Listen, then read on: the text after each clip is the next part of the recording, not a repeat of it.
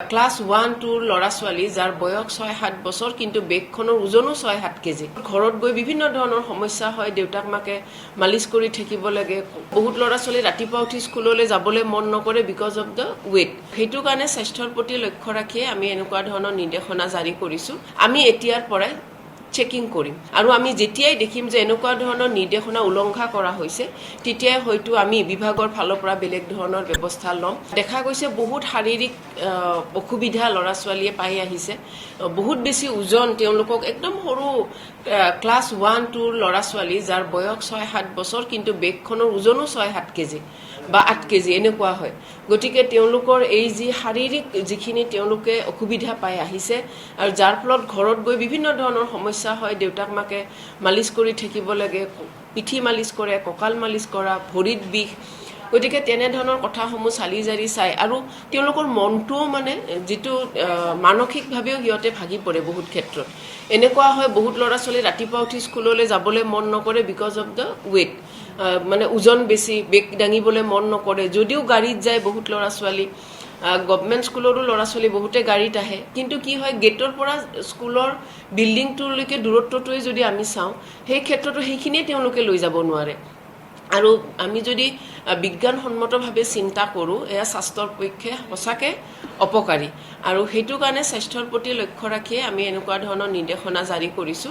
এইখিনতে এটা কথা মই ক'ব বিচাৰিম যে কালি আমি যেতিয়া এই নিৰ্দেশনা জাৰি কৰিলো তাৰ পিছতে ফেসবুকত বা তেনে ধৰণৰ আমাৰ নটিফিকেশনখন শেয়াৰ হৈছে আৰু তাত বহুতে লিখিছে যে এই নটিফিকেশনখন দিয়াই আমাৰ বিভাগৰ কাম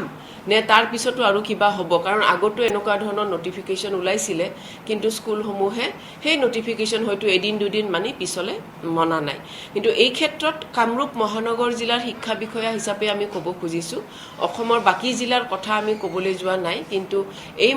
কামৰূপ মহানগৰ জিলাৰ যেহেতু মই শিক্ষা বিষয়া হৈ আছো আমি এতিয়াৰ পৰাই চেকিং কৰিম আৰু এনেকুৱা ধৰণে চেক কৰিম যে আমাৰ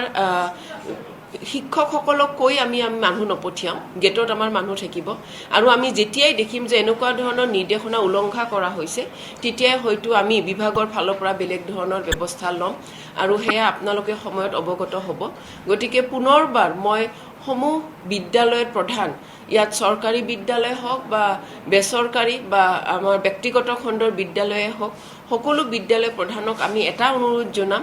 যে আপোনালোকক যেহেতু আমি এখন নটিফিকেশন দিছো আৰু সেই নটিফিকেশনখন দিয়াৰ একমাত্ৰ কাৰণেই হৈছে আমাৰ ছাত্ৰ ছাত্ৰীসকলৰ সুবিধা তথা স্বাস্থ্য যাতে ভালে থাকে মানসিকভাৱে যাতে হিহত সবল হৈ থাকে সেই কথা ভাবিহে আমি যেহেতু এনেকুৱা ধৰণৰ নটিফিকেশন দিছো আৰু শিক্ষা অনুষ্ঠান এখনৰো মুখ্য কামেই হ'ল ছাত্ৰ ছাত্ৰীৰ কথা চিন্তা কৰা গতিকে আপোনালোকে যাতে এই নটিফিকেশনখন মানে আৰু এই নটিফিকেশনত দিয়া অনুসৰিয়ে যাতে আপোনালোকে ৰুটিনৰ ক্লাছসমূহ আপোনালোকে ধুনীয়াকৈ প্ৰেছক্ৰাইব কৰি দিয়ে স্কুল ৰুটিনত আৰু ৱেটটো যাতে তেনেকৈ মেইনটেইন কৰে